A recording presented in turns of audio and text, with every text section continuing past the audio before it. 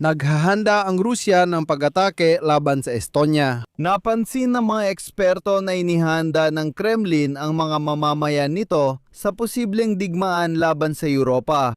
Kasabay ng pag-block ng Telegram sa ilang reyon ng Rusya, pinaigting ng mga Ruso ang kanilang mga hakbang sa hangganan ng Estonia.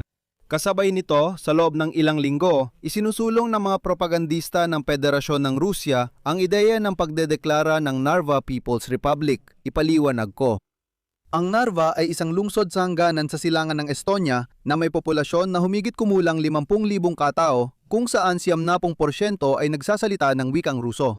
Maaring gamitin ni Putin ang dahilan ng pagtatanggol at pagpapalaya sa mga nagsasalitang Ruso para umatake at hilahin ang NATO sa gulo. At mukhang may nararamdaman na ang mga Ruso dahil nagsimula silang mag-withdraw ng pera mula sa kanilang mga bank account at itinatago ang kanilang mga cash sa ilalim ng kutson. Ako si Alexei Pechi. Pag-usapan natin ang paksang ito ng sabay-sabay. Pero bago tayo magsimula, hinihiling ko na mag-subscribe kayo sa channel na ito, i-like ang episode at mag-iwan ng kahit anong komento sa video na ito. Bukod pa rito, mag-subscribe din kayo sa aking Telegram channel na Pechi News. Ang link ay nasa description ng video na ito. Doon kami naglalatala ng impormasyon, mga agarang balita habang dumarating ang mga ito.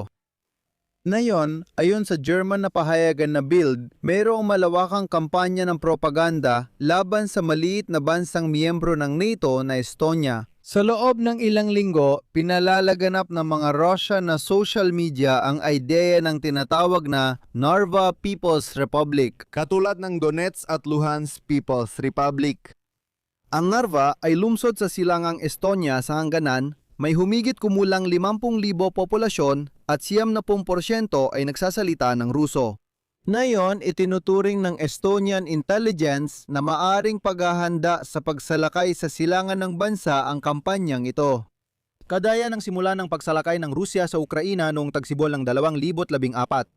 Noong panahong iyon, paalala ko lang, ang mga Rusong espiya, itong GRU at ang kanilang mga lokal na kasabwat ay nagdeklara ng tinatawag na mga People's Republic sa maraming rehiyong nagsasalita ng Ruso sa Ukraina. Nangyari ito sa Kharkiv, Donetsk, Luhansk, Kherson at sinubukan din sa Odessa at Mykolaiv.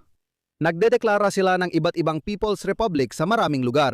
Gayunpaman, sa mga tinatawag na separatista na ito, na sa totoo lang ay mga Ruso na lang na isinama lang sa lipunan, nagtagumpay lang sila sa Donetsk at Luhansk. Dahil sa matinding pakikialam ng hukbong sandatahan ng Rusya, pero sa ibang mga reyon, ang mga Rusong ito ay basta na lang pinatahimik. Ngayon, isinulat ng Bild ang mga sumusunod. Ngayon, ang susunod ay Estonia. Mula noong simula ng Marso, may mga lumalabas na panawagan sa mga social media, lalo na sa Telegram at VKontakte, na magpakalat ng mga pulyeto, magsagawa ng mga kilos ng sabotahe at mag-armas. Layunin nito ang iproklama ang Narva People's Republic laban sa pamahalaan ng Estonia at ipagtanggol ito gamit ang armadong puwersa at tulong ng Republika, pati ng hukbong sandatahan ng Rusya. Sa madaling salita, hinihiling nilang magpadala si Putin ng hukbo, gaya ng nangyari sa Ukraina noong 2014. Sa ilalim ng mga islogang tulad ng "Mga Ruso, hindi tayo nag-iisa" at "Ang lupang Ruso ay mula Narva hanggang Pusi", isa pang lungsod sa hilagang silangan ng Estonia, may panawagan para sa armadong pakikibaka. Ipinamamahagi ang mga mapa at bandila ng tinatawag na People's Republic. Ang mga nakamaskara sa harap ng berdeng, berde-itim puting bandila ay nananawagan ng pagkilos ng sama-sama. Ito yung pagbabalik sa daungan ng mga Ruso o parang ganyan ang sinabi nila. Sinabi na ng pulisya ng Estonia na ang mga post sa social media ay bahagi ng kampanya ng disinformasyon na layuning maghasik ng kalituhan at pagkakabahabahagi sa lipunan. Ginamit na ang ganitong mga pamamaraan sa Estonia at ibang bansa. Isa rin itong simple at murang paraan ng destabilisasyon. Sa Estonia, tinawag lang nila itong provokasyon mula sa mga mabangis na Ruso. Sa isang panayam sa publikasyong Bild, sinabi ng isang source mula sa mga intelligence agency ng Estonia na hindi aksidente ang pagsisimula ng kampanyang ito dahil nakatutok ang atensyon ng buong mundo sa Iran. Nagbabala ang source na at quote, "Hindi pa malinaw kung ano ang eksaktong layunin ng kampanyang ito, ngunit hindi namin maaring isantabi ang posibilidad na ito ay paghahanda para sa isang pagsalakay ng mga Ruso na katulad ng pagsalakay sa Ukraina noong 2014. Tulad ng alam ninyo, malawakang pinapatay ang internet sa Rusya at sinimula na rin ang pag-block ng Telegram.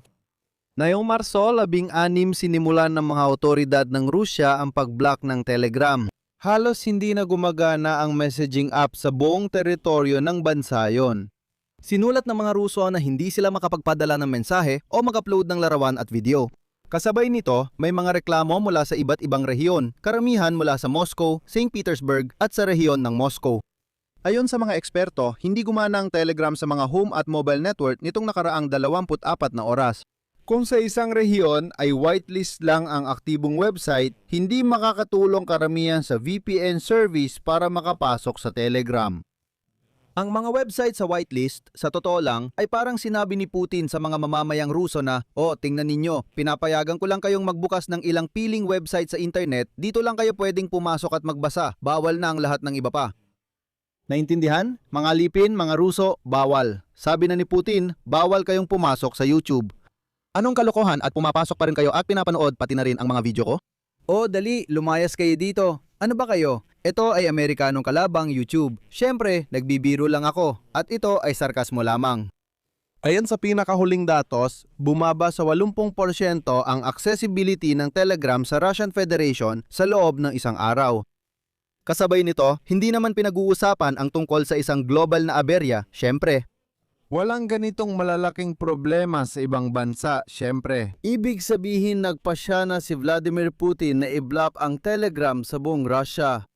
Pero dapat ba tayong magulat? Kasi dati nang naiulat, paalala ko lang, na ang Telegram ay tuluyang ibablock sa Russia pagsapit ng unang araw ng Abril.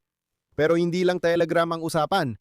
Sa Russia, sinimula na ring hadlangan ang internet. Ayon sa mga media ng Russia at ito ang sabi, sa loob ng Sadovoy Ring sa Moscow, 5 araw nang may aberya sa internet at minsan pati sa mobile signal.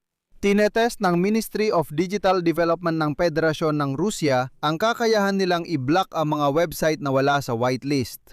Simula ika-6 ng Marso, hindi lang mobile internet kundi pati signal ay nawala. Paglabas mo ng bahay, para kang nag-total digital detox. At dito, mukhang nagsimulang may maintindihan ang mga Ruso. Nagsimulang gumamit ng cash ang mga Ruso dahil sa pag-block ng bank card at madalas na pagkawala ng mobile internet. Noong Enero 2026, nag-withdraw ang mga kliyente ng mga bangko sa Russia ng mahigit 1.6 trilyong rubles mula sa kanilang mga account na naging record simula Marso 2022.